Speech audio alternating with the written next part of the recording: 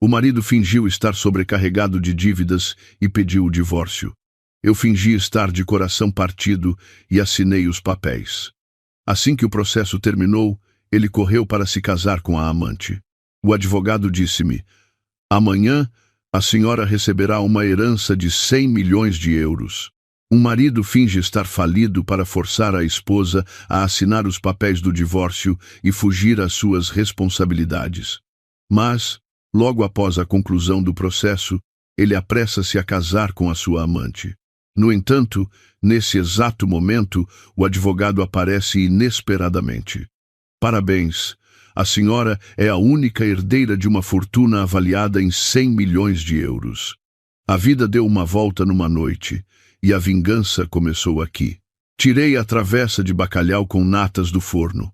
O calor suave mantinha o peixe suculento, impregnado do sabor do azeite, do alho e do toque picante de algumas rodelas de pimento. O aroma delicioso espalhou-se pela pequena cozinha, misturando-se com o cheiro do creme de legumes que fervia suavemente. Hoje, o Diogo disse que tinha um parceiro de negócios importante e que voltaria tarde para jantar. Eu sabia que ele andava a trabalhar muito ultimamente, por isso esforcei-me para preparar uma refeição esmerada, apenas com os seus pratos favoritos, para que, ao chegar a casa, sentisse o calor de um lar para o confortar. Em 5 anos como sua esposa, habituei-me a ficar na retaguarda, a ser a base sólida para ele brilhar na sociedade. Nesta casa, desde os pratos e talheres até as cortinas, tudo foi escolhido e cuidado por mim. A minha sogra, a dona Isabel, embora não fosse de muitas palavras doces, sempre que recebíamos visitas, elogiava a sua nora prendada e organizada. Eu pensava que a vida continuaria assim, serena, marido e mulher juntos, capazes de tudo. Não desejava grandes luxos, apenas um lar tranquilo. À noite, a família reunida à volta de uma mesa com comida quente era suficiente para me sentir realizada. O relógio marcou as 7 da noite. Pus a mesa, esperando apenas que o Diogo chegasse para podermos jantar. Mas, em vez do som familiar do seu carro, ouvi a campainha tocar insistentemente. Que estranho! Quem poderia ser a esta hora? Limpei rapidamente as mãos ao avental e fui abrir a porta. À minha frente estava o Diogo, mas não o Diogo sorridente e animado de sempre. O seu rosto estava pálido, os seus olhos evitavam os meus. E ao seu lado, um homem desconhecido, de uns 40 anos, com um ar ameaçador, vestido de preto da cabeça aos pés. O homem olhou para mim com um olhar frio e inquisidor que me deu um arrepio na espinha. Chegaste. O jantar está pronto. Tentei manter a voz normal, mas um mau pressentimento já se instalara no meu coração. O Diogo não respondeu. Passou por mim e foi direto para a sala de estar. O outro homem seguiu-o em silêncio. Ele deixou-se cair no sofá, com as mãos na cabeça, soltando um suspiro pesado e desolado. Fechei a porta, com o coração apertado, e segui-o. Diogo, o que se passa? Quem é este senhor? Perguntei timidamente. O Diogo levantou a cabeça, com os olhos vermelhos como se tivesse chorado. Apontou para o outro homem, com a voz rouca. Beatriz, este é o Sr. Gomes. Desculpa-me, os negócios correram mal, devo-lhe muito dinheiro. O meu coração falhou uma batida. Sentei-me ao seu lado, segurando o seu braço trêmulo. Quanto é muito, Diogo? Diz-me, vamos encontrar uma solução juntos. O homem chamado Gomes falou subitamente, com a voz grave e ameaçadora. 500 mil euros, capital e juros. Os papéis estão todos assinados. Hoje é o prazo final. Se o Diogo não pagar, não nos culpem por sermos duros. 500 mil euros. O número atingiu-me como uma martelada na cabeça. 500 mil euros. Mesmo que trabalhássemos a vida inteira, nunca conseguiríamos juntar tanto dinheiro. Senti o chão a fugir debaixo dos meus pés. Como? Como é possível tanto dinheiro? O teu trabalho sempre correu bem. O Diogo abanou a cabeça, com a voz cheia de desespero. Eu escondi-te. Investi num projeto que pensei que seria um grande sucesso. mas perdi tudo. Agora, eles vieram cobrar a dívida. Não vão atrás só de mim. Vão incomodar-te a ti e a nossa família. Não posso arrastar-te comigo para o fundo. Eu entrei em pânico. Então, o que vamos fazer? Vendemos a casa? Pedimos dinheiro emprestado à família e aos amigos? Já é tarde demais. O Diogo interrompeu-me bruscamente. Olhou-me diretamente nos olhos, um olhar estranho que eu nunca tinha visto nos 5 anos em que vivemos juntos. Só há uma maneira de te proteger. Ele fez uma pausa e depois proferiu as palavras que eu nunca na vida imaginei ouvir. Vamos divorciar-nos. A palavra divórcio saiu da sua boca tão levianamente, mas caiu sobre o meu peito como uma pedra, deixando-me sem ar. Todos os sons à minha volta desapareceram, restando apenas o som do meu coração a bater descontroladamente. O que é que estás a dizer? Gaguejei. O divórcio. Só com o divórcio é que esta dívida não te afetará. Eu assumirei tudo. Esta casa, todas as nossas poupanças, deixo tudo para ti, como forma de compensar o meu erro. Beatriz, por favor, assina. Só assim ficarás segura. Ele falava de uma forma tão nobre, tão cheia de sacrifício, mas por alguma razão, no fundo do meu coração, senti uma falsidade arrepiante. Um marido que ama a sua esposa, mesmo perante a maior das adversidades, procuraria uma solução com ela, não a afastaria apressadamente, como se ela fosse um fardo. O Sr. Gomes, sentado à nossa frente, batia com os dedos na mesa, impaciente. Então, Sr. Diogo, a sua esposa concorda? O meu tempo é limitado. O Diogo, como se estivesse encurralado, virou-se para mim, quase a suplicar. Beatriz, por favor, peço-te uma última vez, assina. Ele tirou da sua pasta um conjunto de papéis já preparados. O acordo de divórcio. Todas as cláusulas estavam claramente definidas. O bem comum, a casa, ficaria para mim. As dívidas seriam da sua exclusiva responsabilidade. Tudo estava preparado com um cuidado assustador, como se ele tivesse planeado isto há muito tempo. A minha mente estava vazia. Olhei para o homem que eu amara e cuidara com todo o meu coração durante 5 anos, e que agora me pressionava a assinar um papel de divórcio para me proteger. As lágrimas ameaçaram cair, mas engoli-as. Olhei para o jantar quente que agora estava frio na mesa, com o coração a doer. Está bem, sussurrei, com a voz rouca. Eu assino. Peguei na caneta, com a mão a tremer de tal forma que mal a conseguia controlar. Cada traço do meu nome no papel era como uma faca a cortar o meu coração. Beatriz Santos. As 2 palavras que usei para unir a minha vida à dele eram agora usadas para terminar tudo. Depois de assinar, larguei a caneta, sentindo-me completamente sem forças. No momento em que pousei a caneta, vi os olhos do Diogo brilharem de uma forma estranha. A expressão de dor e angústia de há pouco desaparecera subitamente. Ele agarrou apressadamente os papéis da minha mão, verificando a assinatura como se temesse que eu a tivesse escrito mal, e depois guardou-os cuidadosamente na pasta. O seu rosto relaxou, uma expressão de alívio que ele não conseguiu esconder, apesar de tentar parecer triste.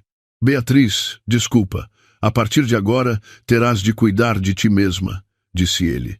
Mas o seu tom era apressado, sem qualquer sinal de apego. O Sr. Gomes também se levantou. A sua expressão ameaçadora de antes desaparecera, substituída por um sorriso de lado, cheio de subentendidos. Ele deu uma palmada no ombro do Diogo. O trabalho está feito, vamos embora. Não incomodemos mais a senhora. Os 2 viraram-se e saíram, sem sequer olharem para trás uma vez. O Diogo nem sequer me olhou mais uma vez. A porta bateu, deixando-me sozinha na casa fria com o jantar intocado. O cheiro familiar do bacalhau agora parecia amargo e irônico. Tudo aconteceu tão rápido, tão subitamente, que eu ainda não conseguia acreditar no que tinha acabado de acontecer. Há poucas horas, eu era uma esposa feliz à espera que o marido voltasse para casa para um jantar em família. Agora, era uma mulher abandonada pelo marido por causa de uma suposta dívida. Uma dúvida insinuou-se na minha mente. Senti que algo não estava bem. Apesar do pânico, a minha intuição feminina dizia-me que isto não era apenas um caso de falência. Cambaleei até a janela, afastando ligeiramente a cortina para espreitar. E a cena que vi deixou-me paralisada. No estacionamento do prédio, o Sr. Gomes não se foi embora imediatamente. Ele estava ao lado de um carro preto que o esperava. O Diogo saiu rapidamente do prédio e do carro saiu uma mulher jovem e bonita. Usava um vestido vermelho justo, o cabelo ondulado e volumoso e maquilhagem impecável. Ela correu para abraçar o Diogo, sorrindo radiantemente. O Diogo tirou o acordo de divórcio da pasta, mostrando-o à mulher como se fosse um troféu. A rapariga olhou para o papel, soltou um grito de alegria e, na ponta dos pés, deu um beijo sonoro na bochecha do Diogo. Os dois abraçaram-se, a rir e a falar, com expressões de felicidade radiante, em total contraste com o drama de sofrimento que o Diogo tinha acabado de encenar à minha frente. Depois entraram juntos no carro, que rapidamente se afastou, desaparecendo no trânsito intenso. Fiquei paralisada junto à janela, com as mãos a agarrar o parapeito com tanta força que os nós dos dedos ficaram brancos. Um arrepio percorreu-me a espinha, alojando-se no fundo do meu coração. Não era a dor de uma esposa traída, mas a fúria avassaladora de alguém que foi enganado, tratado como um idiota. Então era isso. Tudo não passara de uma peça de teatro bem ensaiada. Não havia falência, não havia proteção, não havia sacrifício, apenas traição e mentira. Ele queria deixar-me para ficar com aquela mulher. Com medo de ter de dividir os bens, com medo dos problemas de um divórcio normal, inventou esta desculpa de uma dívida colossal para me forçar a sair de mãos a abanar e ainda por cima a sentir-me grata por ele me ter salvo. A raiva não se transformou em lágrimas, mas solidificou-se no meu peito. Eu não chorei, nem uma única lágrima. Achei apenas ridículo. Ridículo pelos 5 anos da minha juventude. 5 anos que sacrifiquei, que dediquei a cuidar dele e da sua família, para receber em troca um engano tão doloroso. O jantar que preparei com tanto esmero para ele parecia agora uma farsa. Virei-me e olhei para a casa que outrora considerei o meu lar. Tudo estava igual, mas parecia-me tão estranho. O meu amor, a minha confiança, tinham sido espezinhados sem piedade. Muito bem, Diogo Pereira. Se é este o jogo que queres jogar, então eu jogarei contigo. Se querias que eu desaparecesse da tua vida de forma limpa, então vou mostrar-te que o meu desaparecimento será o maior pesadelo da tua vida. Fui até a mesa, peguei na taça de creme de legumes já frio e despejei-o diretamente no lava-loiça. A água fria levou tudo, assim como levou a Beatriz fraca e compreensiva de ontem. A partir deste momento, haveria apenas uma Beatriz que sabia como reclamar o que era seu. Nessa noite, não dormi. Sentei-me sozinha no escuro, a olhar pela janela, com a mente a fervilhar de planos de vingança. A dor inicial arrefecera, restando apenas a fúria e uma determinação de ferro. Não deixaria aquele par de adúlteros viver em paz e feliz à custa do meu sacrifício e da minha ingenuidade. Na manhã seguinte, ainda exausta de uma noite em branco, o telefone tocou. Era o número da minha sogra, Dona Isabel. Respirei fundo, tentando modular a voz para parecer cansada e triste antes de atender. "Estou, mãe", murmurei. "Beatriz, minha querida. O Diogo já me contou tudo. Minha filha, que destino tão triste o teu. Casar com um homem que não vale nada, que se mete em maus negócios, a ponto de ter de se livrar da mulher desta maneira." A voz da Dona Isabel do outro lado da linha parecia solidária, mas eu sabia muito bem que por dentro ela estava a festejar. Ela nunca gostou de mim, sempre achou que eu não era boa o suficiente para o seu menino de ouro. "Eu estou bem, mãe. Esforcei-me por parecer fraca. Bem, o divórcio também é para o teu bem. Ficar e arcar com as dívidas dele só te traria sofrimento para o resto da vida. És jovem. Ainda te podes casar outra vez. Fica em casa, não vás a lado nenhum. A casa que o Diogo te deixou é o mais correto. Eu vou falar com ele, não o deixarei incomodar-te mais. Ela falou sem parar. Parecia que me estava a consolar, mas na verdade estava a confirmar se a casa era mesmo minha e a avisar-me para não criar problemas ao seu querido filho. Logo a seguir, a minha cunhada, a Carolina, também ligou. A voz dela não precisava de fingir, estava cheia de satisfação. Beatriz, já soube da história. Não fiques triste, está bem?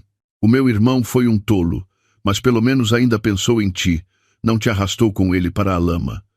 Fica descansada, se precisares de alguma coisa, diz-me. Ajudo no que puder. Ajudar? Rime para comigo. Esta rapariga, que sempre pedira dinheiro ao irmão e à cunhada, agora falava em ajudar. De certeza que estava radiante por finalmente se ter livrado de mim, um espinho atravessado na sua garganta. Depois destas duas chamadas, cheias de falsidade, senti mais nojo do que nunca daquela família. Um bando de hipócritas que só sabiam representar para tirar proveito. Estava prestes a desligar o telemóvel para ter um pouco de paz, quando um número desconhecido ligou. Era um número fixo de Lisboa. Hesitei por um momento, mas atendi. Estou? Quem fala? Bom dia. Falo com a senhora Dona Beatriz Santos? Perguntou uma voz masculina, grave e educada. Sim, sou eu. Quem deseja? Bom dia, Dona Beatriz. O meu nome é Afonso Henriques. Sou advogado do escritório Henriques Associados. Ligo-lhe em nome de um cliente falecido, de acordo com o seu testamento. Advogado? Testamento? Fiquei perplexa, sem conseguir imaginar que ligação eu poderia ter com estas duas palavras. Não tinha nenhum familiar rico ao ponto de precisar de um testamento e de um advogado particular. Tem a certeza que não se enganou? Não conheço ninguém. Não, minha senhora, não me enganei. Ligo para lhe comunicar que a senhora tem uma tia-avó chamada Leonor de Souza, que emigrou para a França há muitos anos. Ela faleceu no mês passado. De acordo com o testamento legal que ela deixou, a senhora Dona Beatriz Santos é a única e legítima herdeira de todos os seus bens. Leonor de Souza. O nome soava-me familiar e estranho ao mesmo tempo. Acho que, quando era pequena, ouvi os meus pais mencionarem vagamente uma tia-avó que fora para a França em jovem e que nunca mais dera notícias. Pensei que ela já tivesse morrido ou que tivesse a sua própria família e já não se lembrasse dos parentes em Portugal. E, de que bens estamos a falar? Perguntei inconscientemente, ainda em estado de choque. O Dr. Henriques fez uma pequena pausa e depois disse um número que quase me fez deixar cair o telemóvel.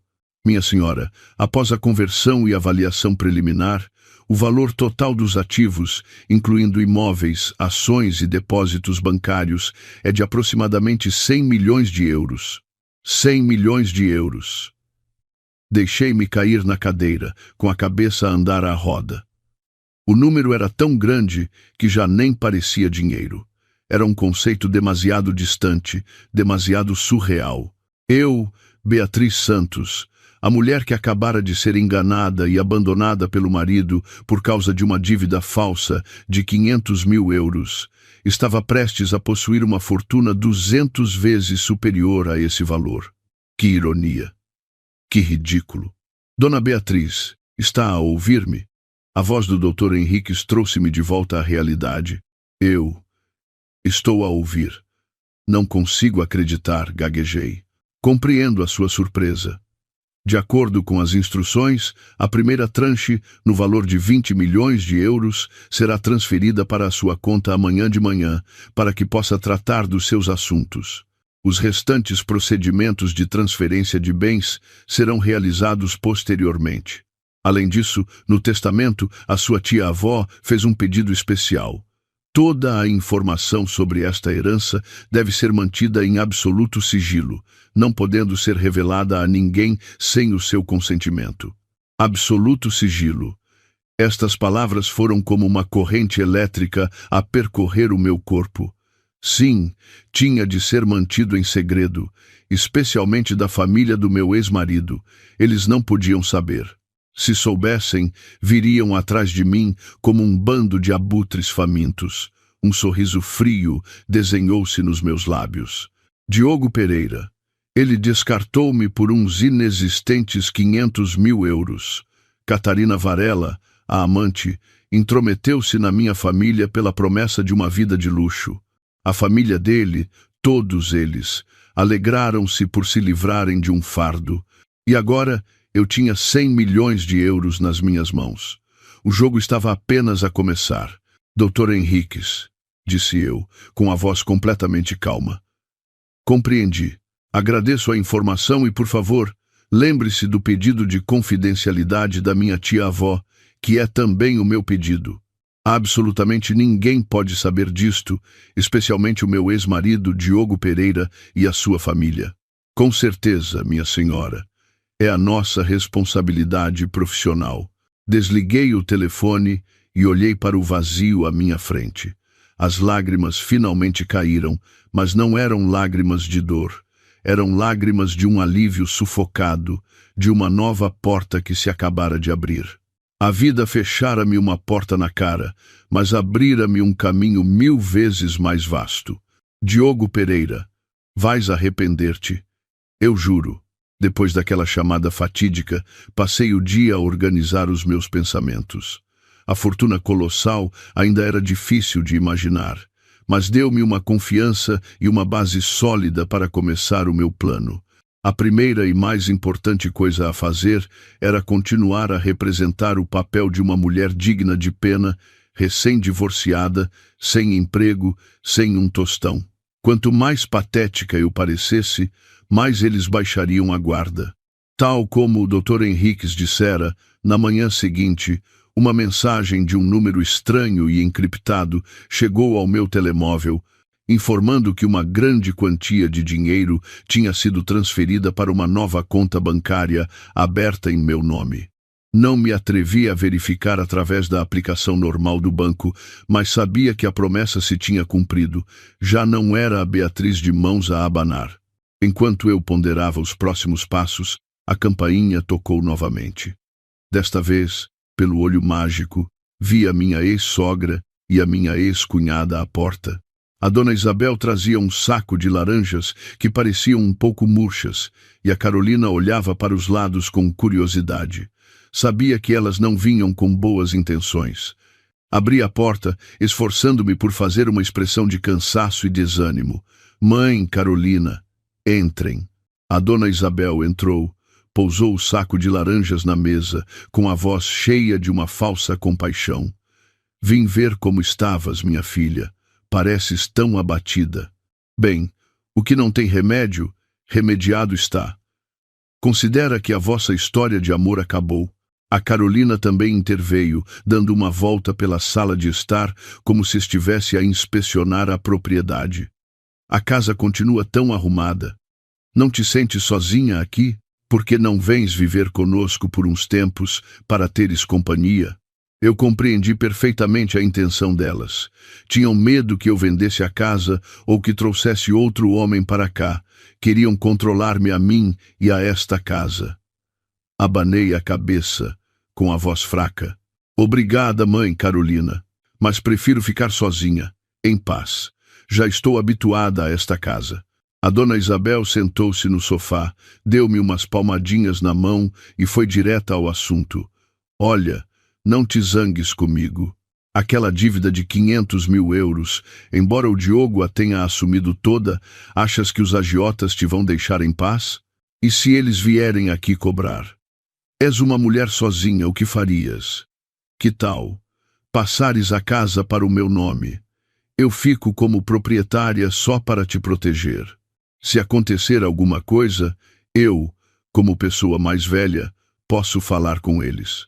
Assim que tudo se acalmar, devolvo-te a casa imediatamente. Que te parece? Quase me ri alto. Que raposa velha! Queria enganar-me para eu lhe passar a casa legalmente. Se eu concordasse, era certo que nunca mais haveria. Fingi estar assustada, encolhendo a mão. Oh, mãe! Tenho tanto medo. Não me atrevo a mexer em papéis agora. O Diogo disse que a casa era para mim. De certeza que eles não me vêm procurar. Vendo que eu não caíra na armadilha, a dona Isabel pareceu desagradada, mas manteve a voz doce. Eu só me preocupo contigo. Pensa bem no assunto. Afinal, sempre te considerei como uma filha. E agora que deixaste o emprego, como te vais sustentar? Precisas de alguma ajuda? A Carolina acrescentou. É verdade, não tenhas vergonha. Somos família. Eu sabia que esta era mais uma armadilha. Queriam saber se eu ainda tinha poupanças para poderem tirar-me o resto. Obrigada, mãe e Carolina. Ainda tenho algum dinheiro de parte. Deve chegar para uns tempos. Quando acabar, procurarei um novo emprego, respondi, tentando parecer que estava realmente em dificuldades. Ouvindo a minha resposta e vendo que não havia mais nada a extrair de mim, as duas ficaram mais um pouco e depois despediram-se. Antes de sair, a dona Isabel não se esqueceu de me lembrar. Pensa no que te disse. Tudo o que faço é para o teu bem. Acompanhei-as até a porta e batia com força assim que elas se viraram. A falsidade delas dava-me náuseas. Para o meu bem, elas só queriam o bem delas próprias. Assim que elas saíram, liguei ao Dr. Henriques. Dr. Henriques, sou eu, a Beatriz Santos. Dona Beatriz, tem novas instruções? Dr. Henriques, preciso que me ajude com uma coisa. Investigue o que o meu ex-marido, Diogo Pereira, e a sua amante, Catarina Varela, andam a planear, especialmente em relação a casas, carros ou qualquer projeto de investimento. Com certeza, minha senhora, darei início às investigações imediatamente. E mais uma coisa, disse eu, com a voz a tornar-se fria. Quero que me ajude a comprar um apartamento. A Penthouse, a mais bonita e cara do empreendimento Infinity Tower. Todo o processo deve ser feito em nome de um fundo de investimento privado que o senhor criará para mim, chamado Fundo Confiança Lusitana. O meu nome não pode aparecer em lado nenhum. O Dr. Henriques ficou um pouco surpreendido, mas rapidamente recuperou o seu profissionalismo. Compreendido, minha senhora. Tudo será feito de acordo com as suas instruções. Infinity Tower. Era o condomínio de luxo mais exclusivo da cidade, frequentado pela alta sociedade. Lembro-me de uma vez o Diogo ter apontado para um cartaz publicitário e me ter dito: quando eu for bem-sucedido, compro-te um apartamento lá. Agora, ele sonhava com isso, mas com outra mulher. Pois bem, Diogo Pereira, vamos ver qual será a tua reação quando o teu sonho for roubado pela mesma esposa que tu descartaste. O meu plano de vingança começará precisamente com o teu sonho de luxo. Alguns dias após a primeira chamada, recebi uma mensagem do Dr. Henriques, que dizia apenas: convido-a para um chá na Empório do Chá às 15 horas. Era um pequeno salão de chá numa rua tranquila da Baixa, um lugar completamente inadequado para um advogado de renome ou para uma mulher prestes a herdar milhões. Compreendi a sua prudência, e isso aumentou a minha confiança nele. Vesti uma roupa simples e discreta e apanhei um táxi para o local combinado. O salão de chá estava quase vazio, com apenas uma música ambiente suave. O Dr. Henriques já me esperava num canto discreto, com um pequeno dossiê à sua frente. Ao ver-me, levantou-se e cumprimentou-me com um aceno de cabeça educado. Dona Beatriz, por favor, sente-se. Sentei-me, um pouco ansiosa. Já tem alguma informação? O Dr. Henriques empurrou o dossiê na minha direção. Minha senhora, este é um relatório preliminar. Segundo as nossas investigações, o Diogo Pereira está atualmente a tentar finalizar um projeto de startup de domótica. Ele investiu todo o seu capital e pediu mais dinheiro emprestado para o projeto. Quanto a Catarina Varela, depois de se casarem, está a pressioná-lo para comprar uma casa. Eles já visitaram vários locais e o seu principal objetivo é a Penthouse Duplex, na torre central do empreendimento Infinity Tower. A primeira página do dossiê continha fotografias tiradas discretamente ao Diogo e à Catarina, de mãos dadas, no átrio do Infinity Tower. O rosto da Catarina estava radiante, cheio de sonhos. O meu coração já não doía, sentia apenas um desprezo frio. O sonho dela estava a ser construído sobre mentiras e sobre a dor de outra pessoa. Essa penthouse ainda não foi vendida, continuou o Dr. Henriques. O preço de tabela é de 5 milhões de euros. Se a senhora decidir, podemos avançar imediatamente. Este é o processo de constituição do Fundo Confiança Lusitana. Todos os seus futuros ativos podem ser registrados em nome deste fundo para garantir privacidade e segurança. Folheei o processo e assenti com determinação. Avance, doutor. Compre essa penthouse imediatamente, com pagamento integral a pronto. Quero que todo o processo seja concluído o mais rápido possível. E, lembre-se, sem revelar qualquer informação relacionada comigo. O olhar do Dr. Henriques revelou um breve espanto perante a minha decisão, mas ele rapidamente tomou notas. Compreendido, minha senhora. Tudo será tratado com discrição e eficiência. Ao sair do salão de chá, senti os meus passos mais leves. A primeira jogada estava feita.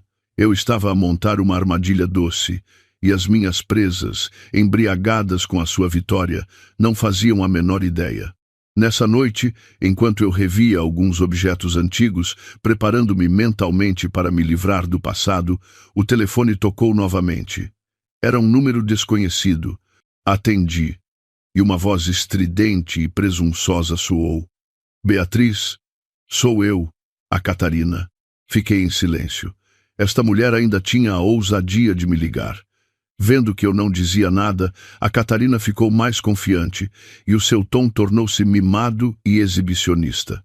Liguei só para te dar uma boa notícia. Eu e o Diogo vamos ter uma casa nova. Uma penthouse no Infinity Tower, sabias? É linda. Tem um jardim no terraço com vista para toda a cidade. O Diogo disse que quer compensar-me, dar-me a melhor vida possível. Ele até disse que viver contigo era sufocante, que não conseguia realizar grandes coisas. Agora, comigo ao seu lado como inspiração, ele pode ser verdadeiramente ele mesmo.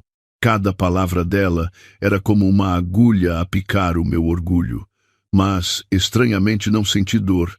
Achei apenas ridículo. Ela estava a descrever com entusiasmo um sonho que eu acabara de comprar. Forcei um suspiro ao telefone. Ah, sim? Parabéns aos dois. Oh, vá lá, não fiques triste, disse a Catarina fingindo consolar-me. É o destino, não se pode lutar contra ele. A propósito, o Diogo também falou de ti. Ele disse que, afinal, foram casados e que se tiveres dificuldades no futuro, ele não ficará de braços cruzados. Ele é um homem tão bom, não achas? Ri-me com desdém. Sim, ele é muito bom. Bem, não te vou incomodar mais. Este fim de semana vamos dar o sinal. Quando recebermos a casa, convido-te para ires lá ver, para conheceres, disse ela, e desligou, sem esperar pela minha resposta. De certeza que estava a imaginar a minha cara de sofrimento e inveja. Mas ela estava enganada. Não sabia que acabara de se gabar de um sonho vazio. Aquela casa, ela nunca a teria. E eu ia certificar-me de que isso seria apenas o início da sua longa série de desilusões. Alguns dias depois, forcei-me a sair de casa para apanhar um pouco de ar. Ficar fechada entre 4 paredes não era a solução. Vagueei pelas ruas familiares, com a mente em turbilhão. Não sei por que artes do diabo, os meus pés levaram-me até a zona da conservatória do Registro Civil, e foi então que os vi. O Diogo e a Catarina. O Diogo usava um fato elegante e a Catarina um vestido branco imaculado, parecendo uma noiva. Saíam da porta da conservatória de mãos dadas, segurando 2 certidões de casamento de capa vermelha. Ambos pareciam radiantes de felicidade. A Catarina até levantou a certidão, encostando a cabeça ao ombro do Diogo para tirar uma selfie. O sorriso deles era uma afronta para mim. Há apenas uma semana, naquele mesmo local, eu e o Diogo tínhamos finalizado o nosso divórcio. Virei rapidamente o rosto, encontrei um banco de jardim num canto do parque em frente e sentei-me, fingindo não os ver. Não queria confrontá-los naquele momento, mas parece que o destino queria pregar-me uma partida. Depois de tirarem fotografias até se fartarem, caminharam na direção do parque, provavelmente para ir para o estacionamento. Beatriz, o que fazes aqui? A voz do Diogo soou, com um misto de surpresa e embaraço. Levantei lentamente a cabeça, forçando um sorriso constrangido. Estava só a dar um passeio. Parabéns aos dois. A Catarina olhou-me de cima a baixo, com um olhar que não escondia o seu triunfo. Levantou deliberadamente a certidão de casamento, exibindo-a à minha frente. Obrigada. Acabamos de oficializar. A partir de hoje, somos marido e mulher, perante a lei. O Diogo disse que este é o primeiro presente que me dá. O segundo será a penthouse, no Infinity Tower. Estamos a caminho do escritório da construtora para tratar de tudo. O Diogo tossiu discretamente, talvez achando que a Catarina estava a falar demais, mas o seu olhar para mim ainda estava cheio da presunção de um vencedor. Beatriz, tens estado bem? Baixei a cabeça, fingindo olhar para os meus sapatos. Tenho estado como sempre. Nesse preciso momento, um carro de luxo parou em frente ao parque.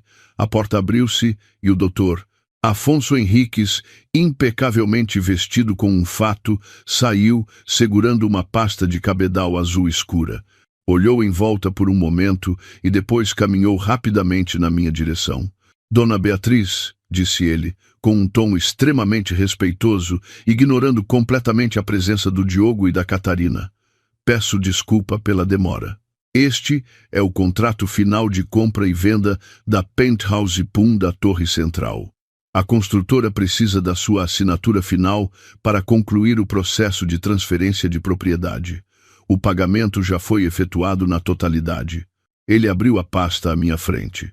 As palavras Contrato de compra e venda da Penthouse Duplex Pum e o nome Fundo Confiança Lusitana por baixo saltaram à vista do Diogo e da Catarina. O ar à nossa volta tornou-se subitamente denso. O sorriso nos lábios da Catarina congelou. Os seus olhos arregalaram-se, fixos no contrato e depois em mim, com uma expressão de total incredulidade. A certidão de casamento na sua mão pareceu tornar-se pesada, quase caindo ao chão. O Diogo ficou de boca aberta, o seu rosto mudando de cor a cada segundo, da surpresa à confusão e depois à suspeita. Ele gaguejou. Advogado. Infinity Tower. Beatriz. O que é isto? Peguei calmamente na caneta que o Dr. Henriques me entregou, sem sequer olhar para os detalhes do contrato, pois sabia que ele tinha preparado tudo na perfeição. Assinei o meu nome no campo representante do Fundo Confiança Lusitana. A minha assinatura foi firme e decidida. Depois de assinar, devolvi a pasta ao Dr. Henriques. Está feito.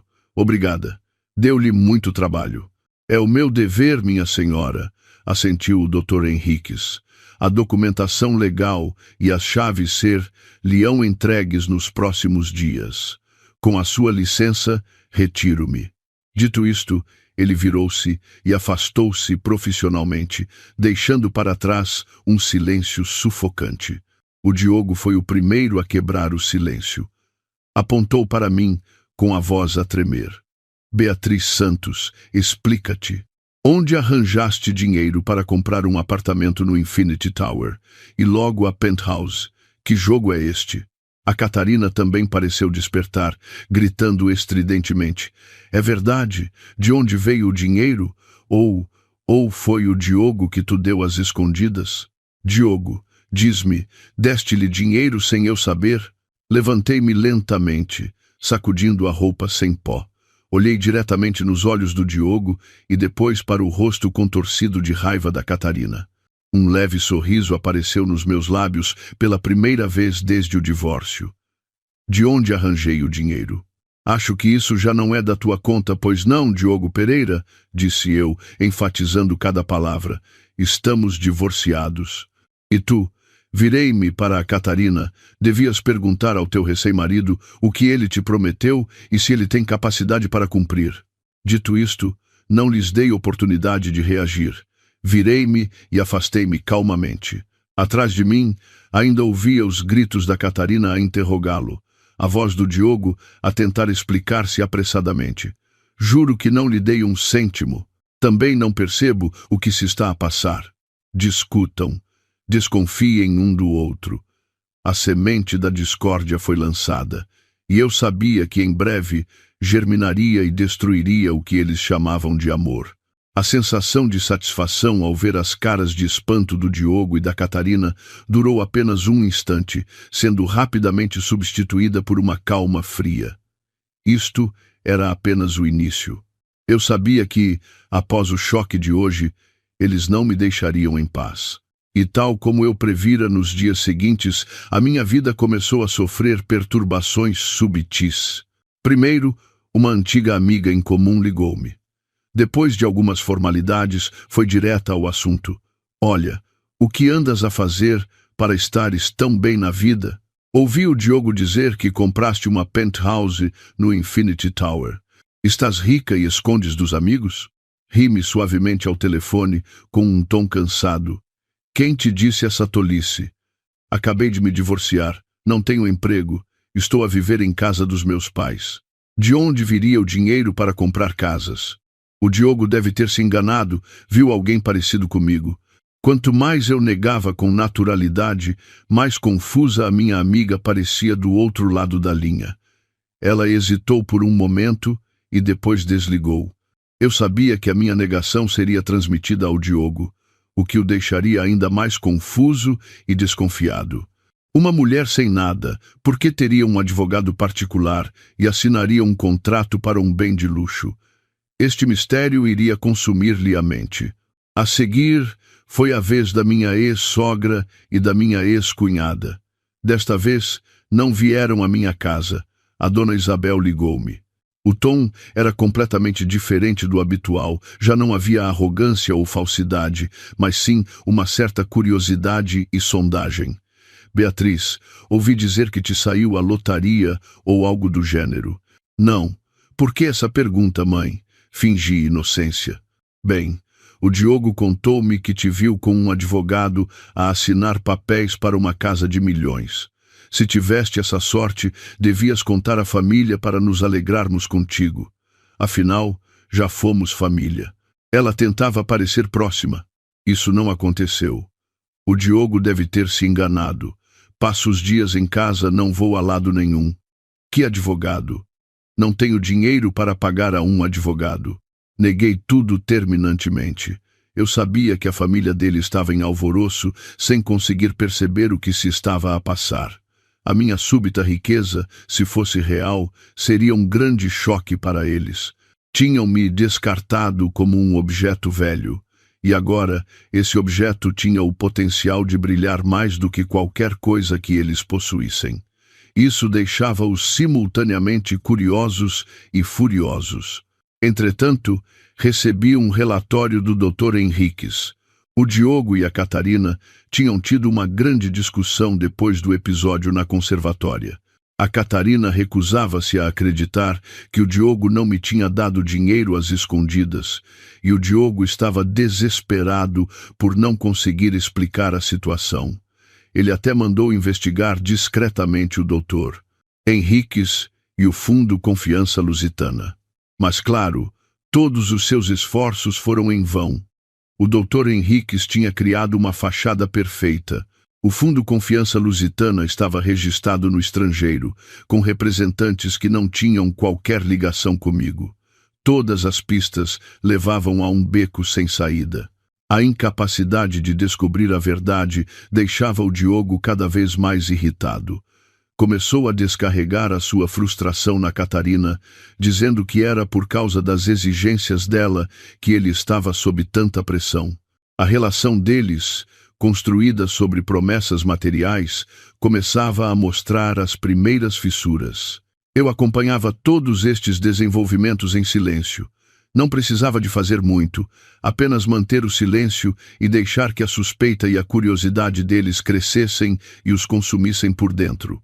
O meu plano estava a correr como previsto. Eu tinha lhes tirado o maior sonho, e agora era a altura de visar a base da autoconfiança e arrogância do Diogo Pereira, o seu projeto de startup. Numa manhã, recebi o segundo dossiê do Dr. Henriques. Era um relatório detalhado sobre o projeto de domótica que o Diogo estava a desenvolver. Ao folhear as páginas, um sorriso frio voltou a aparecer nos meus lábios. Afinal, o projeto do qual ele tanto se orgulhava era apenas uma casca vazia. O relatório do Dr. Henriques era mais denso do que eu esperava, e cada palavra expunha a fraqueza e a ilusão do Diogo Pereira. O seu projeto de casa inteligente parecia impressionante, mas a tecnologia era copiada, sem qualquer inovação. O modelo de negócio era irrealista. Para manter as aparências e a operação, o Diogo tinha gasto todo o seu capital inicial e recorrido a empréstimos de agiotas com juros exorbitantes.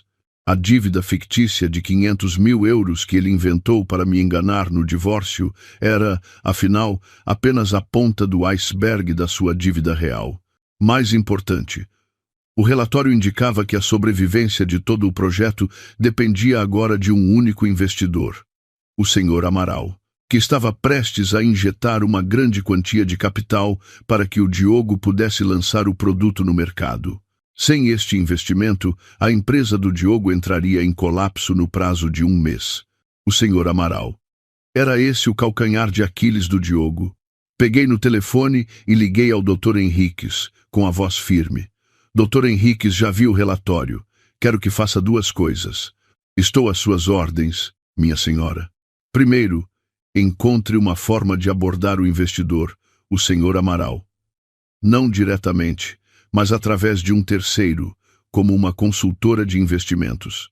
Mostre-lhe os riscos do projeto do Diogo Pereira e, ao mesmo tempo, apresente-lhe uma oportunidade de investimento mais atraente e segura. Não me interessa qual é a oportunidade, pode criar lá. O objetivo final é fazer com que o Sr. Amaral desista de investir no Diogo. O Dr. Henriques ficou em silêncio por alguns segundos a pensar e depois respondeu: isso é viável. Temos especialistas em análise financeira e a rede de contactos necessária para o fazer de forma natural e sem deixar rasto. Ótimo. Segundo, continuei. Use o nome do Fundo Confiança Lusitana para criar uma nova empresa de tecnologia chamada Inovatec Portugal. Registre-a no mesmo ramo de atividade da empresa do Diogo.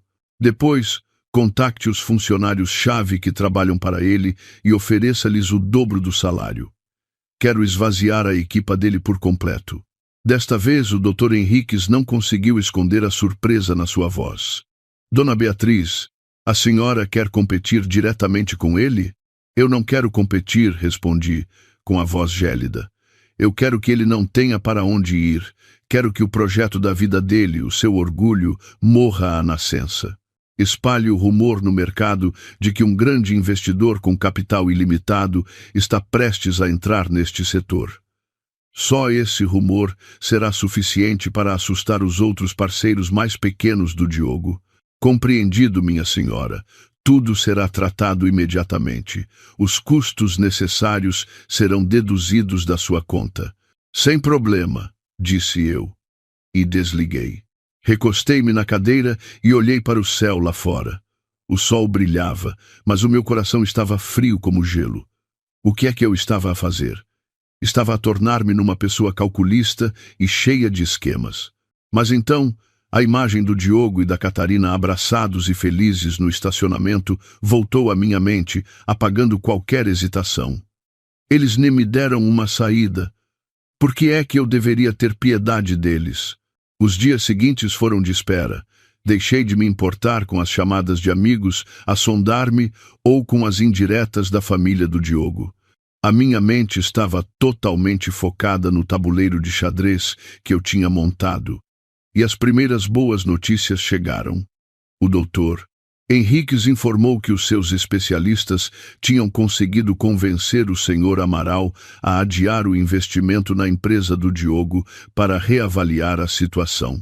Ao mesmo tempo, a Inovatec Portugal fora oficialmente criada e iniciara a sua campanha de recrutamento. O diretor técnico e o chefe de vendas do Diogo foram os primeiros a receber ofertas de trabalho com condições irrecusáveis.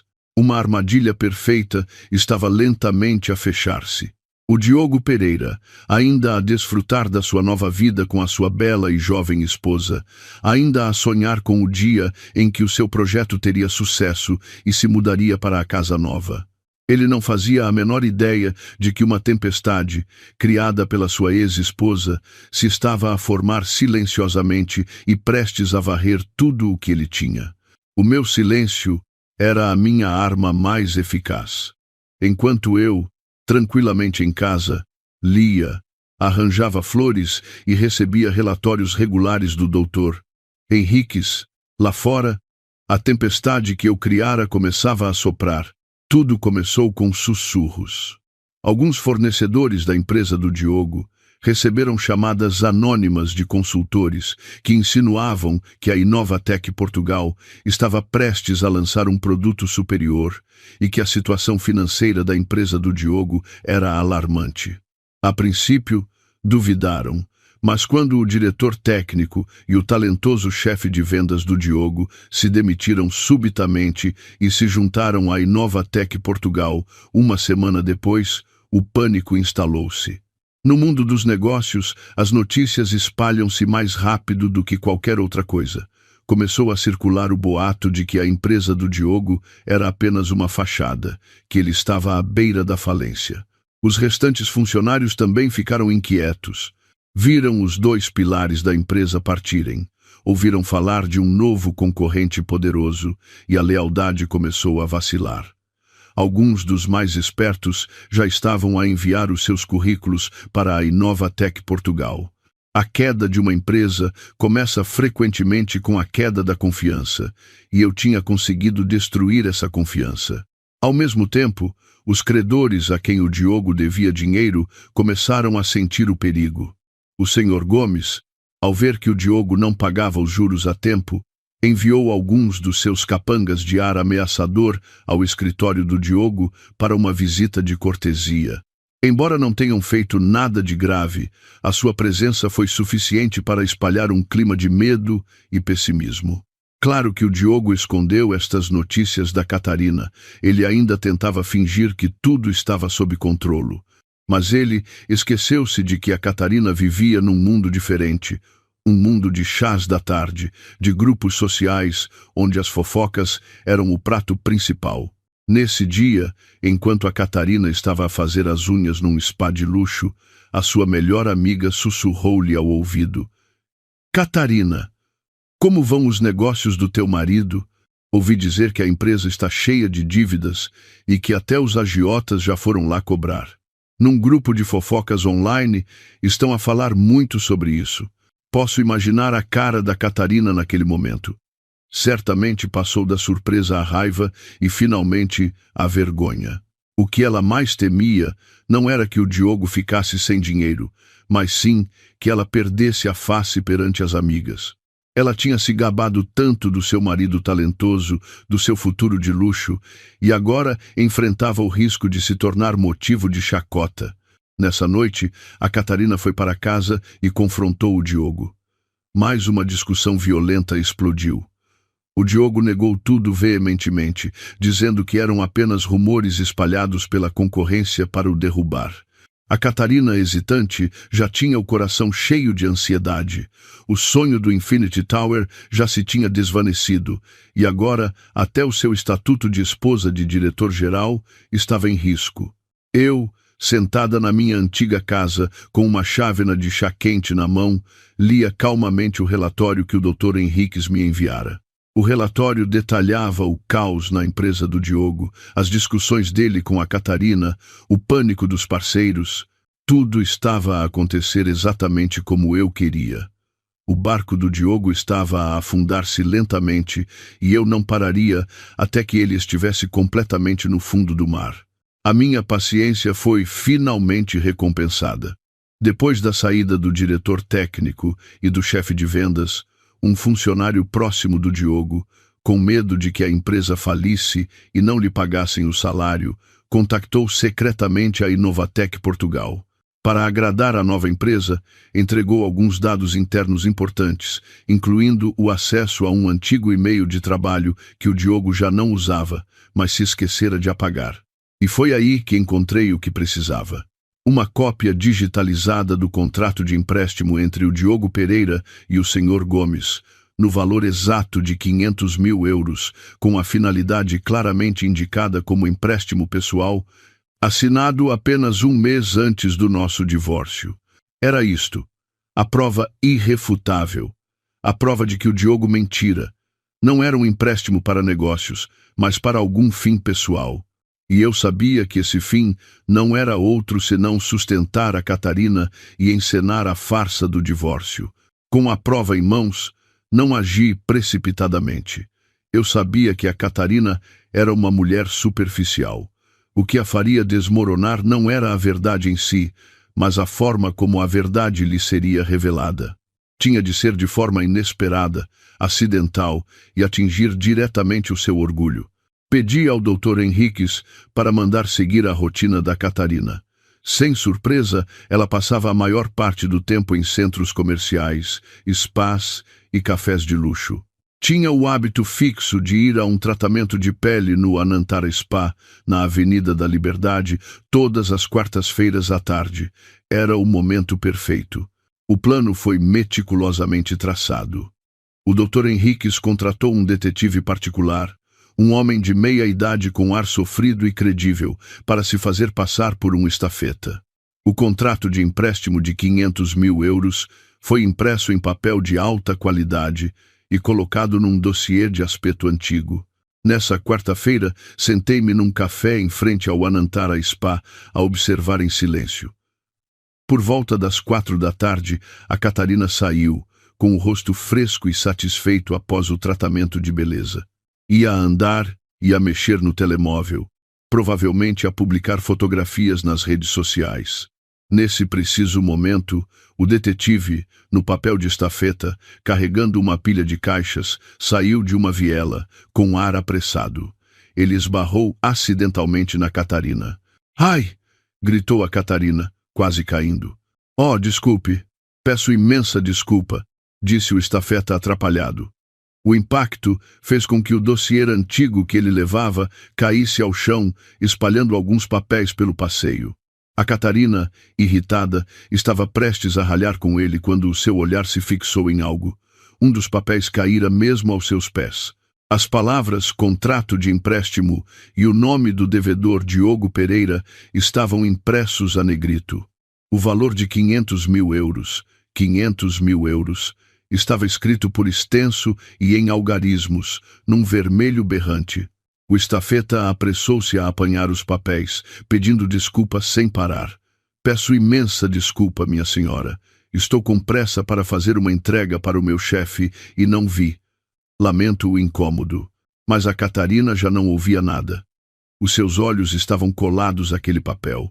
Embora só o tivesse visto de relance, a assinatura do Diogo Pereira era inconfundível. 500 mil euros. Empréstimo pessoal. A data da assinatura era anterior ao divórcio. Todos os detalhes se encaixavam, formando uma verdade aterradora. "Oh, que papel é esse?"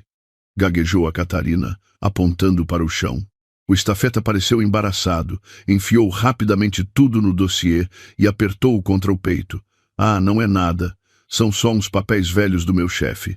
Tenho de ir. Mais uma vez, desculpe." Dito isto, ele subiu apressadamente para uma mota velha, estacionada ali perto, e desapareceu, deixando a Catarina paralisada no meio do passeio. O seu belo rosto estava agora pálido, sem uma gota de sangue. Os lábios estavam cerrados, e a mão que segurava o telemóvel caro tremia incontrolavelmente. A suspeita que a atormentava há tanto tempo tinha agora uma resposta. Mas esta resposta era mais amarga e cruel do que ela poderia imaginar. Afinal, o Diogo não só lhe tinha escondido as dívidas, como já devia uma quantia astronômica antes mesmo de eles estarem oficialmente juntos. Então, e o projeto de domótica? E a promessa de um futuro rico? Seria tudo também uma mentira? Sentada no café, bebi um gole de chá amargo, observando a Catarina afastar-se a cambalear. Este jogo estava a ficar cada vez mais interessante. Eu sabia que naquela noite haveria um verdadeiro furacão na casa onde eles viviam. E eu seria a espectadora a apreciar o som da destruição. O furacão chegou mais depressa do que eu pensava. Logo depois de sair do spa, a Catarina não foi para casa. Conduziu diretamente para o escritório da empresa do Diogo. Naquele momento, a empresa dele estava um caos. Funcionários a demitirem-se em massa, fornecedores a exigir pagamentos e o investidor desaparecido. O Diogo estava sentado no seu escritório, de cabeça entre as mãos, quando a Catarina irrompeu pela porta. Diogo Pereira, explica-me o que é isto. A Catarina atirou a sua mala de marca para cima da secretária do Diogo, com a voz a falhar de tão esganiçada que estava. Tu deves 500 mil euros a alguém desde antes de te divorciares da tua ex-mulher. Por que não me disseste? O Diogo sobressaltou-se, empalidecendo ao ver a fúria no rosto da Catarina.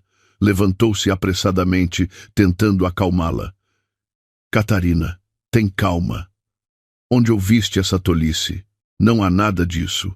Tolice? Eu vi o teu contrato de empréstimo com os meus próprios olhos, gritou a Catarina. Não penses que sou estúpida e fácil de enganar. Diz-me, para que pediste esse dinheiro emprestado? Foi para dar à tua ex-mulher? Ou usaste-o para me sustentar? Para pintar essa imagem de um futuro rico e falso? Atingido em cheio, o Diogo ficou sem saber o que dizer. Não esperava que a Catarina descobrisse aquilo. Não, não é como estás a pensar. Foi dinheiro que pedi emprestado para investir nos negócios. São coisas de trabalho. Tu não entendes. Negócios, riu a Catarina com amargura. Negócios que levaram a empresa a este estado de quase falência. Os funcionários foram-se todos embora. Os agiotas vêm bater a porta. Olha para o teu escritório, parece uma feira desfeita. Tu enganaste-me. A discussão deles tornou-se tão alta que os poucos funcionários que restavam no escritório conseguiam ouvir tudo. Nesse momento, o telemóvel de uma funcionária tocou. Ela olhou e tapou a boca em choque, mostrando ao colega do lado. Um vídeo curto estava a tornar-se viral nas redes sociais. O vídeo mostrava alguns homens tatuados à porta da empresa do Diogo, a gritar e a exigir dinheiro. Ao fundo, a placa da empresa parecia decrépita. A Catarina viu, agarrou no telemóvel. Ao ver as imagens, o seu rosto perdeu toda a cor. Era uma humilhação pública. As suas amigas, a sua família, todos veriam aquilo. Rir-se-iam dela, que abandonara tudo para seguir um homem de promessas vãs. Diogo Pereira. A Catarina atirou o telemóvel ao chão, que se estilhaçou. Tu és um canalha, um mentiroso. Onde está a penthouse no Infinity Tower? Onde está a minha vida de luxo? O que me prometeste? Agora, nem a minha dignidade me resta. Perdendo completamente a calma, a Catarina começou a arranhá-lo e a destruir tudo o que estava na secretária do Diogo. Dossiers, o computador, copos, tudo voou pelo chão. O Diogo, que já estava sob pressão por todos os lados, ao ser humilhado em frente dos seus funcionários, também perdeu o controle. Empurrou a Catarina com força, gritando: Cala-te! O que é que tu sabes? Se não fosses tu, sempre a exigir casas de luxo e carros caros, sempre a pressionar-me, achas que eu estaria nesta situação? Tu só sabes aproveitar. Alguma vez partilhaste o fardo comigo? Tu atreves-te a dizer que a culpa é minha? A Catarina ficou estarrecida. Culpas-me a mim? Enganaste-me do início ao fim e agora culpas-me a mim? Sim, a culpa é tua. Os dois envolveram-se numa luta. Já não era uma discussão, mas sim uma briga física e verbal violenta. As palavras doces de amor de outrora transformaram-se nos insultos mais venenosos. A funcionária de há pouco gravou rapidamente toda a cena. Nessa noite, recebi um e-mail anônimo. Em anexo, estava o vídeo completo da batalha no escritório do Diogo, com a mensagem: Dona Beatriz, sou uma ex-funcionária do seu ex-marido. Não aguentava mais a sua falsidade. Desejo-lhe tudo de bom. Vi e revi o vídeo. O meu coração estava impenetrável. Tudo estava a chegar ao fim para a relação deles. Mas eu sabia que ainda faltava um último golpe. Uma última verdade a ser revelada para pôr um ponto final em tudo. A verdade sobre o verdadeiro motivo do nosso divórcio. A relação entre o Diogo e a Catarina estava irremediavelmente quebrada. A Catarina saíra de casa do Diogo, mas ainda não tinham terminado oficialmente, devido a questões financeiras e às promessas que o Diogo ainda tentava usar para aprender. Era o momento perfeito para eu jogar o meu último trunfo. Eu queria que a Catarina soubesse que ela não era a musa que inspirava o Diogo, mas sim a razão pela qual ele teve de encenar uma peça desprezível para se livrar da esposa que o acompanhara nos tempos difíceis. A pessoa que podia fazer isto não era outra senão o Sr. Gomes, aquele que desempenhara o papel de credor na farsa do Diogo. Mais uma vez, recorri ao Dr. Henriques. Doutor, encontre uma forma de contactar o Sr. Gomes. Tenho uma proposta para ele. O Dr. Henriques, com a sua rede de contactos, rapidamente encontrou uma forma discreta de abordar o Sr. Gomes. Este, por sua vez, também estava com dores de cabeça por causa da dívida de 500 mil euros que o Diogo não conseguia pagar. Quando o intermediário do Dr. Henriques o encontrou, a proposta foi simples e tentadora.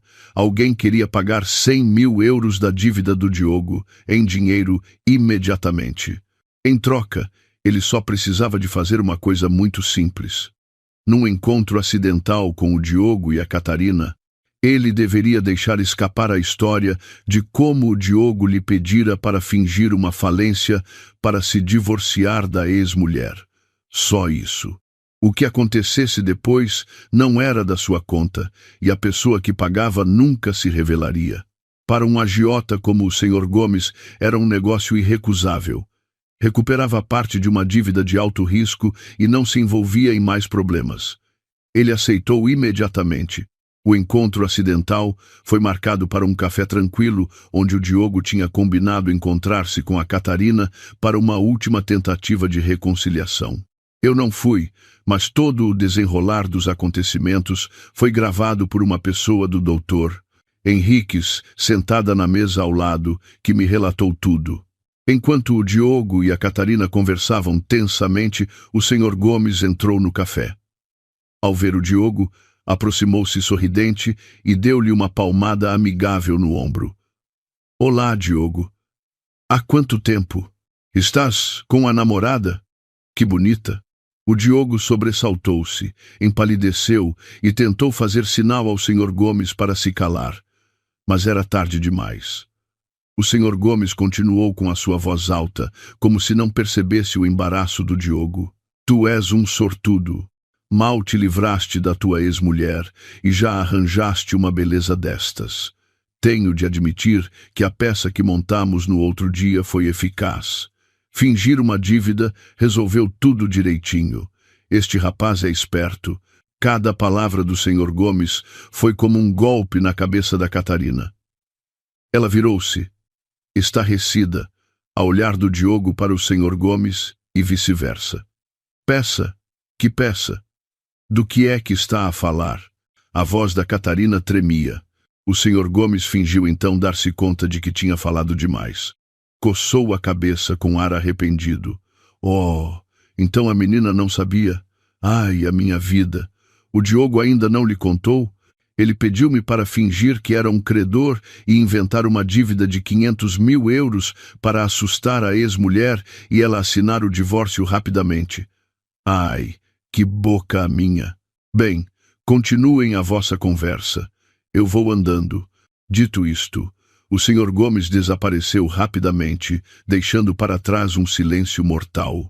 A Catarina ficou imóvel, o rosto passando de branco a roxo. Virou-se lentamente para o Diogo. O seu olhar já não era de raiva, mas de um nojo e desprezo profundos. Diogo Pereira, a sua voz era fria como gelo. Então era tudo isto. Tu não és apenas um mentiroso, um incompetente, és um canalha desprezível. Usaste uma farsa nojenta para te livrares da mulher que esteve ao teu lado. E eu fui a razão para essa farsa. Ela levantou-se de um salto, pegou no copo de água que estava na mesa e atirou-o à cara do Diogo. Alguém como tu não merece nada. A partir de agora, entre mim e ti, acabou. Nunca mais apareças à minha frente. Dito isto, a Catarina virou-se e afastou-se, decidida, sem olhar para trás, deixando o Diogo sozinho no café, encharcado, humilhado e completamente destruído. Tudo o que ele tentara construir, a carreira, o novo amor, a honra, tudo se transformara em pó numa tarde. Recebi a notícia com uma calma estranha. O jogo de xadrez chegara ao fim. Sentada em silêncio, segurava o telemóvel que acabara de receber o último relatório sobre o incidente no café. A batalha ali terminara rapidamente com a partida decisiva da Catarina. Mas eu sabia que outra batalha, mais longa e feia, estava apenas a começar dentro da família do Diogo Pereira. O relatório do Dr. Henriques dizia que, depois da Catarina ter ido embora, o Diogo ficou paralisado no café por um longo tempo. Não a seguiu, talvez por saber que qualquer esforço seria inútil. A humilhação, a vergonha e o fracasso esmagador estavam estampados no rosto do homem que outrora fora tão arrogante. Ele não foi para casa imediatamente. Foi beber sozinho, até ficar completamente bêbado. Quando o Diogo regressou a cambalear à casa onde vivera comigo, o lugar que agora deveria ser o seu lar com a Catarina, a sua mãe e a sua irmã já o esperavam. A dona Isabel e a Carolina deviam ter sabido da discussão no escritório e da partida da Catarina. Estavam à espera de uma explicação. E quando o Diogo voltou naquele estado de embriaguez e desleixo, a fúria da dona Isabel explodiu. Olha para ti, olha para o teu estado. Meu Deus, que desgraça a minha ter um filho como tu, gritava a dona Isabel. As palavras doces que ela usara para proteger o seu menino de ouro tinham desaparecido. Deixaste a Beatriz, aquela rapariga boa e trabalhadora, para ires atrás daquela interesseira. Agora ela deixou-te. Vês, já abriste os olhos. O Diogo, já desanimado e bêbado, ficou ainda mais irritado ao ouvir as acusações da mãe. Gritou: a mãe não sabe de nada para falar. Não volte a falar nela. A culpa é toda dela. Foi ela que me desgraçou. Desgraçou-te em quê? A dona Isabel não se deu por vencida. Ela ficava em casa a cuidar da comida, a cuidar dos sogros, enquanto tu andavas com outras. Foi ela que te desgraçou, ou foste tu que te desgraçaste a ti mesmo? Diz-me, a empresa está a falir, a nova mulher foi-se embora, estás cheio de dívidas. Qual é o teu futuro? O futuro desta família? A Carolina, sentada ao lado, também começou a chorar e a lamentar-se. Ó Diogo, e agora? Os credores vêm à nossa casa? Tenho tanto medo. Se os meus amigos souberem disto, onde vou esconder a cara? Tu só te preocupas com as aparências, gritou o Diogo para a irmã. Quando eu tinha dinheiro para te dar, por que não pensaste neste dia? Alguém nesta casa realmente me compreende? A discussão deles transformou a casa num mercado.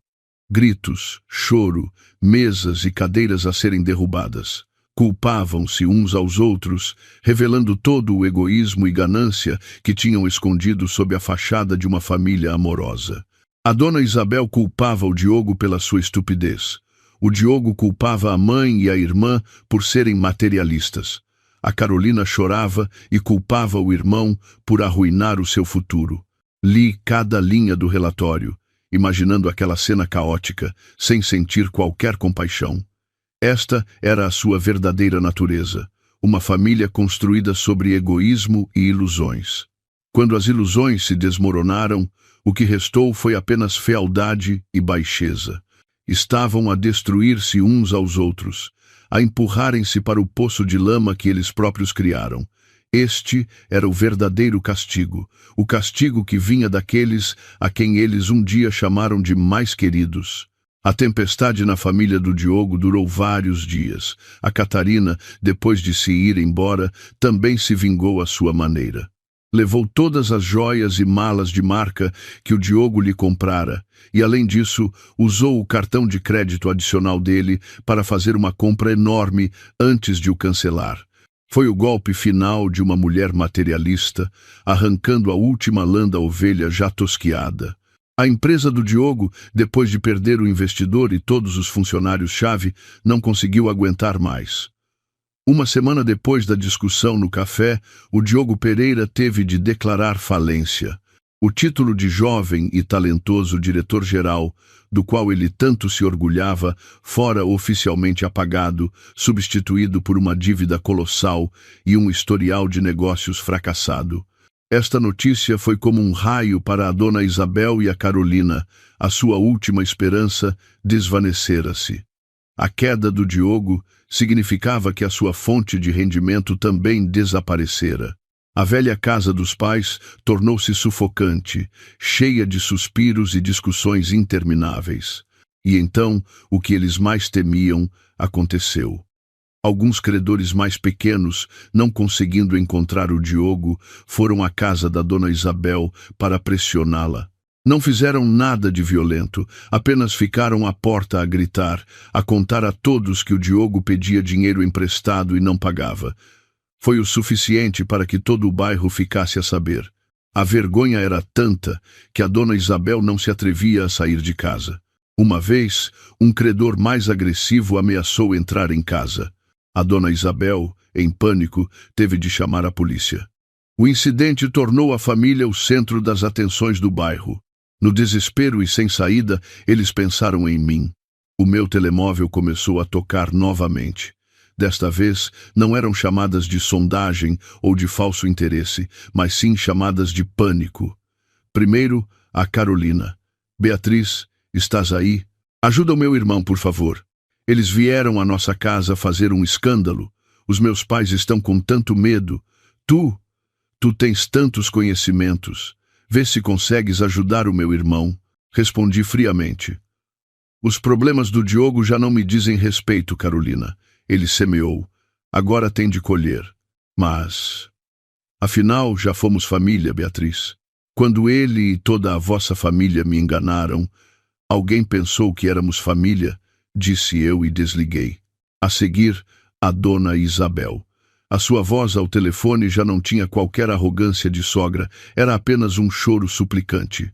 Beatriz, minha filha, peço-te, salva o Diogo, salva esta família. Eu sei que errei por não te ter tratado bem. Perdoa-me, ajuda-o só desta vez. Se lhe acontecer alguma coisa, eu não sobrevivo. Ouvia em silêncio a lamentar-se e a chorar. Lágrimas de crocodilo. Se eu agora fosse uma mulher pobre e miserável, será que ela derramaria uma única lágrima de pena por mim? Minha senhora, mudei o tratamento. O que passou, passou. Já não sou sua nora. Sou apenas uma mulher normal, com forças limitadas. Não posso ajudar. Diga ao Diogo para encontrar uma solução ele mesmo. Dito isto, bloqueei os números de ambas. O incômodo devia terminar aqui.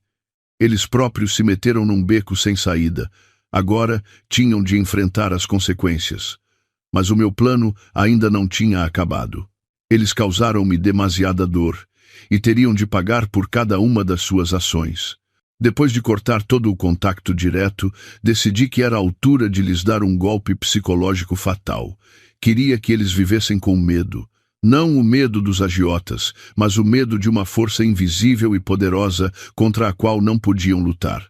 Dei instruções ao Dr. Henriques.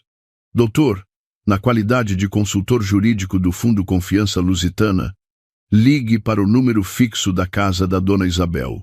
Insisti que fosse o número fixo porque sabia que, em casa dela, o telefone estava sempre em alta voz para toda a família ouvir. A chamada foi feita numa tarde. Foi a dona Isabel quem atendeu. Estou, residência da família Pereira. Boa tarde, minha senhora. O meu nome é Afonso Henriques. Sou o advogado que representa o Fundo de Investimento Confiança Lusitana. A voz do Dr. Henrique soou profissional, fria e autoritária. Ligo para informar a senhora e a sua família sobre assuntos relacionados com o seu filho, o senhor Diogo Pereira. Ao ouvir as palavras advogado e o nome de um fundo desconhecido, a dona Isabel ficou um pouco confusa. Fundo? Que fundo? O que é que o meu filho tem a ver com isso? Minha senhora, durante uma investigação interna, descobrimos que o senhor Diogo Pereira utilizou ilegalmente o nome de projetos associados ao nosso fundo para angariar capital de terceiros. Além disso, ele esteve envolvido em transações financeiras pouco transparentes, o que afetou gravemente a reputação do nosso fundo. Temos provas de todas estas atividades. Cada palavra do Dr. Henriques foi como uma pedra atirada a um lago calmo. A dona Isabel gaguejou. Não, não pode ser. Deve haver algum engano. O meu filho é um bom rapaz. Não faria tal coisa. O Dr. Henriques ignorou completamente a sua justificação. O Fundo Confiança Lusitana não se interessa se há enganos ou não. Trabalhamos com base em provas. Devido às graves infrações do Sr. Pereira, o nosso fundo decidiu processá-lo oficialmente no Tribunal de Comércio por fraude e abuso de confiança. Além disso, enviaremos uma notificação a todos os nossos parceiros e bancos para incluir o senhor Diogo Pereira na lista negra de crédito. Meu Deus, não! Por favor, não faça isso! Gritou a dona Isabel, desesperada. Processo? O meu filho foi imprudente. Por favor, perdoe-no. A nossa família compensará. Nós pagaremos. Minha senhora, este assunto ultrapassa a compensação financeira. Envolve a lei e a reputação. A minha comunicação termina aqui. Desejo boa sorte à sua família. Dito isto, o doutor Henriques desligou abruptamente, sem lhes dar mais nenhuma oportunidade de suplicar ou explicar. Eu sabia que, depois daquela chamada, toda a família do Diogo entraria em pânico. Eles não sabiam quem era o Fundo Confiança Lusitana, nem o seu poder. Sabiam apenas que o filho deles tinha provocado uma entidade gigante e que a consequência seria a prisão. Como previsto, apenas 15 minutos depois, o meu telemóvel, o número que eu ainda não tinha bloqueado, tocou. Era o Diogo. A sua voz já não era de raiva, mas de um medo extremo. Beatriz, és tu? Estás por trás de tudo isto? Aquele maldito Fundo Confiança Lusitana é teu, não é? Queres destruir-me, não queres? Ri-me com desdém. Do que estás a falar? Não percebo. Fazes asneiras e depois culpas-me a mim? Não finjas mais, gritou ele. Beatriz e Lusitana, se não és tu, quem é? Peço-te, Beatriz, eu sei que errei. Perdoa-me desta vez. Diz-me quanto dinheiro queres, eu trabalharei como um animal para te pagar. Não me mandes para a prisão, eu suplico-te. Ao fundo, ouvi a dona Isabel a chorar e a Carolina a gritar. Por que ainda lhe ligas? Foi ela que desgraçou a nossa família. Depois, a voz do Diogo a gritar de volta. Cala-te! Se não lhe suplicarmos, estamos acabados. Um caos de medo, recriminação e desespero. Disse calmamente ao telefone. Diogo Pereira, quem semeia ventos, colhe tempestades. Cuida de ti. E desliguei friamente. A partir de agora, eles viveriam num medo constante, sem saber quando a notificação do tribunal chegaria. Nunca saberiam que não haveria processo nenhum.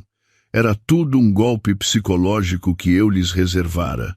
Mas, para eles, esta ameaça invisível era mais assustadora do que qualquer punição real. Depois de semear o medo na família do Diogo, decidi que era a altura de reclamar o que era meu, de forma justa. Não porque precisasse do dinheiro, mas porque queria apagar todos os vestígios da minha contribuição para aquela família. Contribuições que eles nunca valorizaram. Sentei-me e fiz uma lista cuidadosa, item por item. A pulseira de ouro de 24 quilates, que comprei com as minhas poupanças para oferecer à dona Isabel no seu 60 grau aniversário. Os 2.500 euros que a Carolina me pediu, emprestados para comprar uma scooter nova, com a promessa de que pagaria quando recebesse o primeiro salário, mas nunca mais tocou no assunto. A televisão de ecrã grande e o sistema de som na sala da Dona Isabel, que eu comprei para que todos pudessem ver e ouvir melhor. A fatura ainda estava na minha gaveta, e inúmeras outras pequenas despesas que fiz para mobilar e decorar a casa deles durante os 5 anos em que fui sua nora. Despesas que eu nunca contabilizei. No total, a soma aproximava-se dos 15.000 euros. Para mim, agora, era uma quantia pequena. Mas para a família do Diogo, naquele momento, era uma fortuna. Enviei a lista ao Dr. Henriques. Doutor, redija uma carta formal para a Dona Isabel e para a Carolina, exigindo a devolução de todos estes bens e dinheiro no prazo de 1 semana. Anexe cópias das faturas e dos extratos de transferência que eu tenho. Deixe claro que, se não cumprirem, avançaremos com uma queixa por abuso de confiança e apropriação indevida. O Dr. Henriques agiu rapidamente. A carta foi enviada por correio registrado para as mãos da Dona Isabel, e a reação deles não foi surpreendente. A primeira a ligar-me foi a Carolina, com a voz esganiçada. Beatriz Santos, estás louca? Ainda és humana? Vens reclamar estas porcarias? Queres destruir a minha família para ficares satisfeita? Essas porcarias foram compradas com o meu suor, respondi calmamente. Eu emprestei-te, não te dei. As coisas que comprei para os teus pais foram na qualidade de nora. Agora já não sou da família. É normal que queira de volta o que é meu. Tens 1 semana para te preparares. Não devolvo nada. O que é que me podes fazer? Desafiou ela. Então, vemo-nos em tribunal, disse eu suavemente. Vamos ver se uma rapariga solteira com uma condenação por apropriação indevida no seu registro criminal consegue arranjar emprego ou casar-se facilmente. Do outro lado da linha, silêncio total. Eu sabia que tinha atingido o seu ponto fraco. A Carolina podia ser insolente, mas tinha muito medo de prejudicar o seu futuro. Depois foi a chamada da Dona Isabel. Desta vez, já não chorava nem suplicava, mas era uma mistura de lamentos e maldições. Beatriz, ó Beatriz, como pode ser tão má? A pulseira que uso há tantos anos é uma recordação. Como tens coragem de a pedir de volta? Não tens medo do castigo divino? Minha senhora, quando a senhora e a sua família conspiraram para me enganar, tiveram medo do castigo divino? Retorqui. Eu só estou a pedir o que é meu. Pode não devolver, mas nesse caso, não só a senhora e a Carolina, mas também o Diogo, serão implicados no processo. Ele já tem problemas com a justiça, mas um crime não deve fazer diferença, pois não? A minha ameaça surtiu efeito. A história do Fundo Confiança Lusitana deixara-os aterrorizados. Agora, com mais um processo civil, não tinham forças para resistir.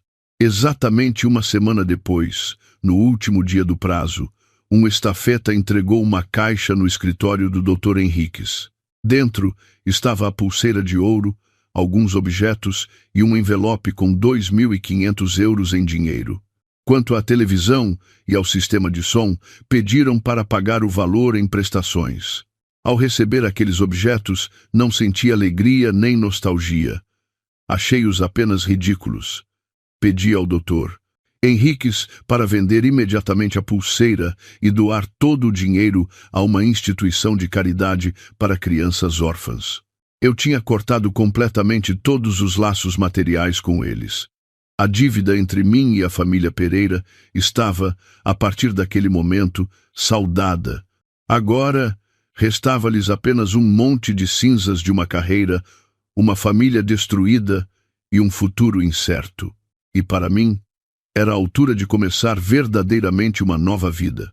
Os objetos antigos e o dinheiro devolvido ficaram no escritório do Dr. Henriques. Não fui buscá-los. Tratei de tudo por telefone. A pulseira de ouro, a única recordação da qual eu me orgulhara, pensando que era amada pela minha sogra, agora era para mim apenas um pedaço de metal frio, manchado de falsidade. Pedi ao advogado para a vender, juntamente com outras pequenas joias. todo o dinheiro arrecadado, mais os 2.500 euros que a Carolina devolveu, pedi que fosse transferido diretamente para um fundo de apoio escolar para crianças carenciadas. Eu não precisava deles. Guardá-los só me traria más recordações. Queria purificar completamente o meu passado, livrar-me de tudo o que estivesse relacionado com aquela família. As minhas contribuições ao longo de 5 anos não foram valorizadas por eles. Que pelo menos se transformassem em algo significativo para quem realmente precisava. Depois de tudo resolvido, instalou-se o silêncio. Não havia mais chamadas de insultos, nem súplicas ou choros. A família Pereira parecia ter desaparecido da minha vida. Algumas semanas depois, o Dr. Henriques enviou-me um relatório final, como um resumo de uma fase que terminara. O relatório dizia que, depois de terem de juntar dinheiro para me pagar, a família do Diogo ficara completamente na miséria.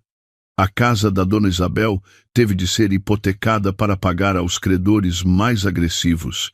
A saúde da Dona Isabel deteriorou-se gravemente após os sucessivos choques. Passava a maior parte do tempo deitada, a suspirar. A Carolina, por causa da má fama da família e com medo de ser incomodada pelos credores, casou-se à pressa com um homem muito mais velho do campo. Um casamento sem amor, em troca de uma paz temporária. Quanto ao Diogo Pereira, ele desmoronou completamente. Perdeu a empresa, a nova esposa, foi rejeitado pela família e perseguido por agiotas. Agora era como uma sombra.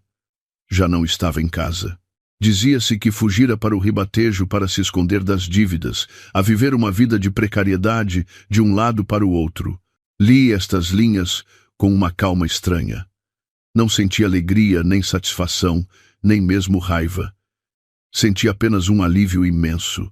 Todas as contas estavam saldadas, eles pagaram pelas suas ações. Não porque eu fosse má, mas porque a sua própria ganância e traição os levaram por este caminho. O antigo capítulo da minha vida estava oficialmente encerrado. Olhei em volta da casa onde vivi durante 5 anos, um lugar cheio de mais memórias tristes do que felizes. Era a altura de partir. Era a altura de começar uma nova vida, uma vida que me pertencesse verdadeiramente. A penthouse no Infinity Tower estava com toda a documentação em ordem. As chaves e a escritura foram-me entregues em mão pelo Dr. Henriques. Tudo em nome do discreto Fundo Confiança Lusitana. Não me mudei imediatamente. Queria que o meu novo lar fosse um espaço completamente diferente, sem qualquer vestígio do passado. Contratei os melhores arquitetos e designers de interiores da cidade. O meu pedido foi simples: transformar este lugar num espaço elegante, acolhedor e que refletisse a minha personalidade. Chega de cores escuras, de móveis pesados ao gosto do Diogo, de cantos decorados para agradar a sogra. Tudo, desde a cor das paredes, o tecido das cortinas, até ao design da mesa de jantar, foi escolhido por mim. Escolhi tons de branco creme e verde menta como cores principais, criando uma sensação de leveza e tranquilidade.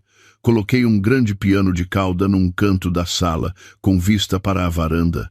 Embora eu não soubesse tocar, sabia que iria aprender. Reservei uma sala grande para ser a minha biblioteca, com estantes de madeira até ao teto, cheias de livros que eu amava. O processo de renovação da casa durou quase 3 meses, e foram 3 meses em que senti que estava verdadeiramente a viver. Todos os dias ia à obra, escolhia pessoalmente cada pequeno detalhe. Não era apenas construir uma casa, era eu a reconstruir a minha própria vida. No dia da mudança, não avisei ninguém. Não tinha muitos pertences para levar da casa antiga. A maioria das coisas lá trazia-me más recordações.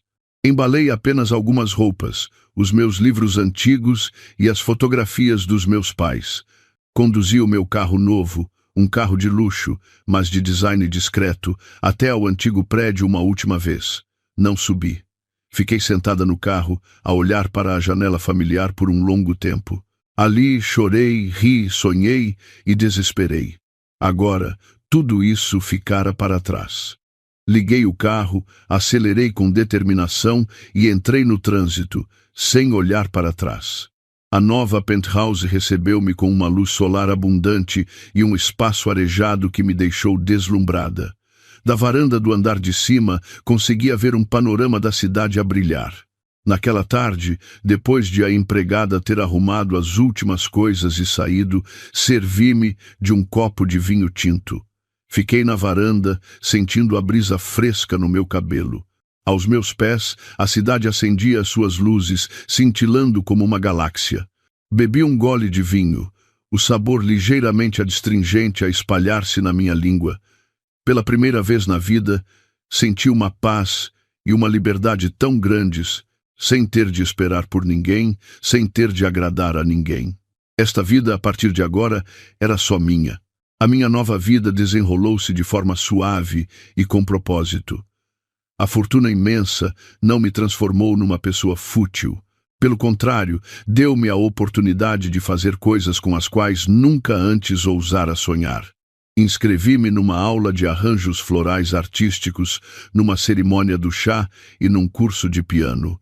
As minhas tardes, em vez de serem passadas na cozinha, eram agora dedicadas a flores de todas as cores, a aprender a sentir a serenidade em cada chávena de chá ou a deslizar os meus dedos desajeitados pelas teclas do piano.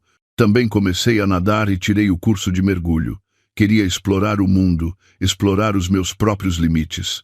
Fiz amizade com pessoas com os mesmos interesses. Eram mulheres independentes, inteligentes e cheias de energia. Não sabiam nada sobre o meu passado. Conheciam-me apenas como Beatriz, uma mulher solteira que amava a arte e as viagens. Com elas, não precisava de ser contida, nem precisava de representar nenhum papel. Ocasionalmente, o Dr. Henriques ligava para me atualizar sobre a situação dos meus ativos. Os investimentos do fundo continuavam a render lucros consistentes. O saldo da minha conta crescia a cada dia. Uma vez, ele informou-me, hesitante: Dona Beatriz, a empresa do senhor Diogo Pereira concluiu oficialmente o processo de falência. Os restantes ativos foram vendidos para pagar aos credores e aos funcionários. Ah, sim, respondi, com a voz calma. Aquela notícia já não despertava qualquer emoção em mim. E mais uma coisa, acrescentou o Dr. Henriques. A mãe do Sr. Pereira, a dona Isabel, tentou ligar várias vezes para o escritório, a pedir o seu número de telefone e morada. Diz que quer encontrá-la para pedir desculpa. De acordo com as suas instruções, recusamos fornecer qualquer informação. Fez muito bem. Continue assim, disse eu. Aquele pedido de desculpa tardio, eu não precisava dele.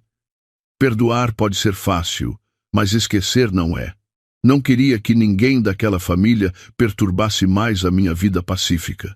Uma tarde, passei de carro em frente ao restaurante de luxo que, antigamente, eu e o Diogo só nos atrevíamos a olhar de fora. Parei o carro e entrei, sozinha. Pedi os pratos mais caros, aqueles que eu outrora cobiçava, mas não ousava sonhar. A comida era boa, mas não era isso que me fazia feliz. A felicidade vinha do facto de eu poder fazer aquilo por mim mesma, sem depender ou esperar pela caridade de ninguém. A minha vida agora estava cheia de coisas positivas. Aprendi a amar-me, a cuidar das minhas próprias emoções. A cicatriz no meu coração talvez nunca sarasse completamente, mas já me doía. Estava lá, como uma recordação de um passado ingênuo e da força que tenho hoje. O tempo passou. Um ano decorreu desde que me mudei para o Infinity Tower. A minha vida entrara completamente numa nova órbita, pacífica e independente. Num dia, no final do ano, fui para o aeroporto para me preparar para uma viagem sozinha pela Europa. Enquanto esperava na sala de embarque da classe executiva, vi uma figura familiar. A Catarina. Ela já não tinha o ar arrogante e deslumbrante de antigamente. O vestido de marca que usava parecia velho e o rosto, maquilhado à pressa, não conseguia esconder o cansaço. Sozinha, arrastava uma mala grande, com ar de quem luta. A Catarina também me viu. O seu olhar passou pela surpresa, depois pela inveja e finalmente pela vergonha e embaraço. Ela baixou rapidamente o rosto, arrastou a mala para um canto e fingiu não me conhecer. Eu sorri levemente e voltei a ler o meu livro.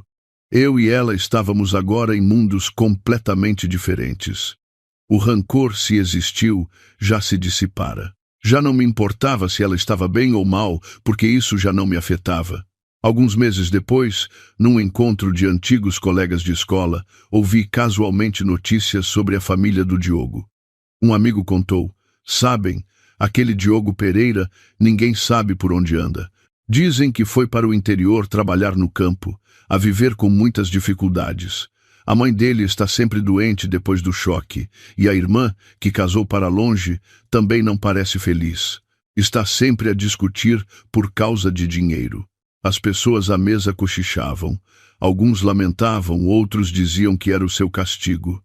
Eu ouvi, bebendo calmamente um gole de chá, sem comentar. O que eles eram, como viviam, era o caminho que tinham escolhido. Quando me empurraram para fora das suas vidas de forma tão cruel, eles escolheram o seu próprio futuro.